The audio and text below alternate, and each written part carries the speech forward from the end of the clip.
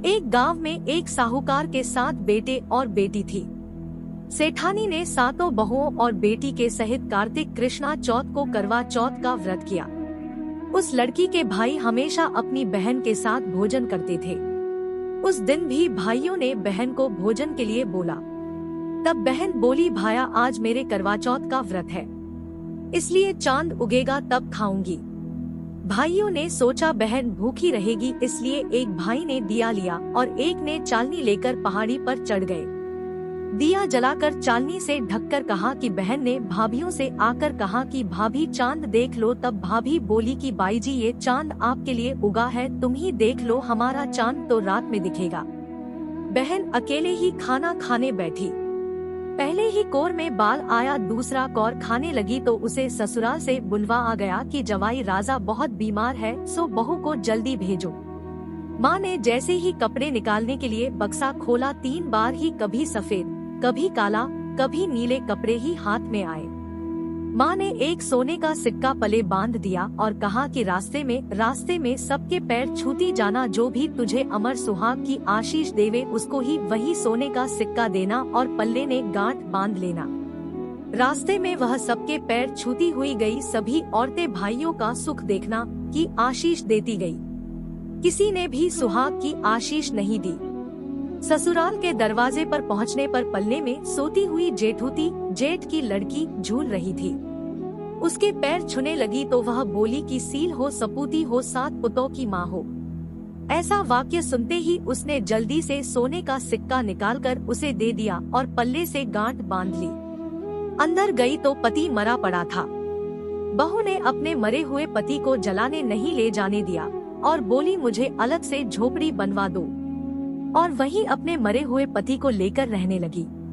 रोज सासू बची खुची ठंडी बासी रोटी दासी के साथ भेज देती और कहती जा मुर्दा सेवनी को भोजन दे आ। थोड़े दिन बाद माघ की तिल चौथ और बोली करवा पीला तू करवा पीला, भाइयों की प्यारी करवा ले। दिन में चांद देखने वाली करवा पिला। तब वह बोली है चौथ माता मेरा उजड़ा हुआ सुहाग तो आपको ही बनाना पड़ेगा, मेरे पति को जिंदा करना पड़ेगा। मुझे मेरी गलती का पछतावा है, मैं आपसे माफी मांगती हूँ। तब चौथ माता बोली मेरे से बड़ी वैसाखी चौथ आएगी, वो तुझे सुहाग देगी। इसी तरह वैसाखी चौथ आई और उसने कहा तुझे भादवे की चौथ सुहाग देगी। तब कुछ महीनों बाद भादुड़ी माता स्वर्ग से उतरी और वही सब बातें कहने लगी। तब उसने चौथ माता के पैर पकड़ लिए। तब चौथ माता बोली मेरे से बड़ी कार्तिक चौथ की करवा चौथ माता है, वही नाराज हुई है, इसलिए तू उनके पैर मत छोड़ना, वही तुझे अमर सुहाग दे सकती है। यदि तूने उसके पैर छोड़ दिए तो फिर कोई तेरे पति को जिंदा नहीं कर सकता है। कार्तिक का महीना आया, स्वर्ग से चौथ माता उतरी। चौथ माता आई और गुस्से से बोली भाइयों की बहन करवा ले, दिन में चांद उगानी करवा ले, धनी भूखानी करवा ले, व्रत भाड़नी करवा ले। तब साहूकार की बेटी ने पैर पकड़ लिए व विलाप करने लगी। चौथ माता मेरा सुहाग तो तेरा व्रत भंग करने के कारण उजड़ा है, मैं नासमझ थी, मुझे इतना बड़ा दंड मत देवो। तब चौथ माता बोली पापिनी हत्यारनी मेरा पैर क्यों पकड़ कर बैठी है, मेरा पैर छोड़ दे। तब वह बोली मेरी बिगड़ी हुई आपको बनानी ही पड़ेगी, मुझे सुहाग देना ही पड़ेगा, क्योंकि आप सब जग की माता है और सबकी इच्छा पूरी करने वाली है।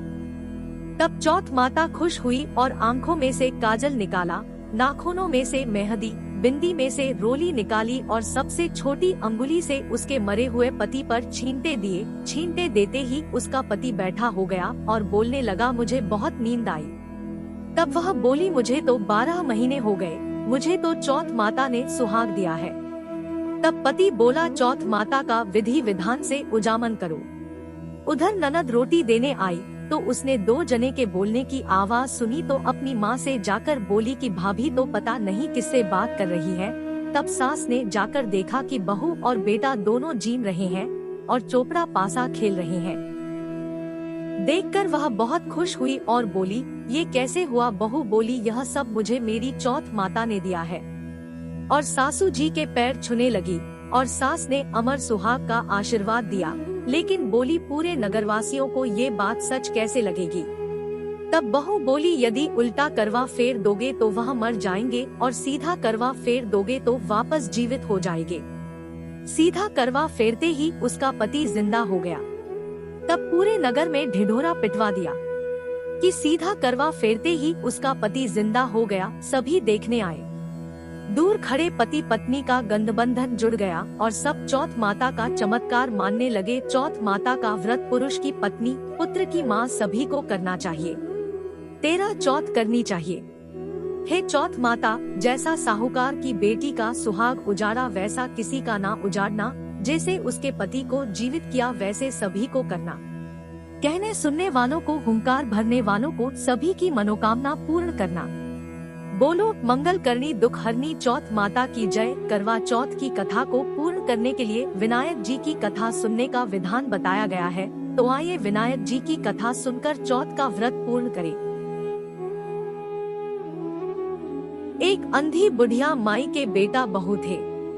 वे लोग बहुत गरीब थे। बुढ़िया माई रोज गणेश जी की पूजा करती थी। एक दिन गणेश जी उसे प्रसन्न हुए और बोले कि मुझसे कुछ मांग। तब माई बोली कि मुझे कुछ भी मांगना नहीं आता। तब गणेश जी बोले, तेरी बेटा बहू से पूछ ले। तब उसने अपने बेटे से पूछा तो बेटा बोला कि माँ धन मांग ले। बहू से पूछा तो उसने कहा पोता मांग लो। तब माई ने सोचा यह दोनों तो अपने मतलब की बात मांगने को कह रहे हैं। सो उसने पड़ोसन से पूछा। पड़ोसन बोले कि अरे तू क्यों धन मांगे, क्यों पोता मांगे, कुछ अपने लिए भी मांग। अपने लिए दीदा घोड़ा आंखें घुटने मांग ले। तब घर आकर माई ने सोचा कि ऐसी चीज मांगनी चाहिए जो बेटा बहू भी राजी हो जाए और अपना मतलब भी हो जाए। दूसरे दिन गणेश जी आए और कहने लगे कि कुछ मांग। तो बुढ़िया में बोली, दीदा घोड़ा देवो, सोने के कटोरे में पोते को दूध पीता देखो, अमर सुहाग देखो, निरोगी काया देव सभी को सुख देवे। भगवान गणेश जी बोले, तूने तो मुझे ठग लिया, सब कुछ तो मांग लिया और कहती थी कुछ मांगना नहीं आता है, पर ठीक है सब ऐसा ही होगा। और अंतर ध्यान हो गए हैं गणेश भगवान, जैसा बुढ़िया माई को दिया वैसे ही सबको देना। बोलो श्री विनायक जी महाराज की जय। चौथ माता के व्रत का उद्यापन। अटल सुहाग को देने वाली करवा चौथ माता सभी 13 चौथ में सबसे बड़ी है।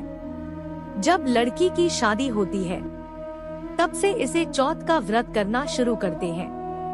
उसके पीहर से शक्कर के करवे या गिलास लोटे आते हैं।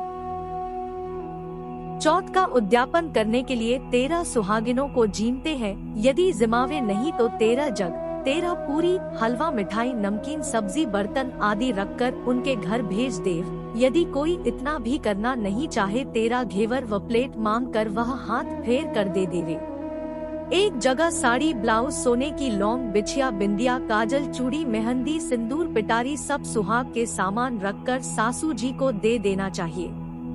अगर आपको ये जानकारी पसंद आई है तो इसे अपने दोस्तों के साथ शेयर करें और चैनल को सब्सक्राइब करना ना भूलें। धन्यवाद।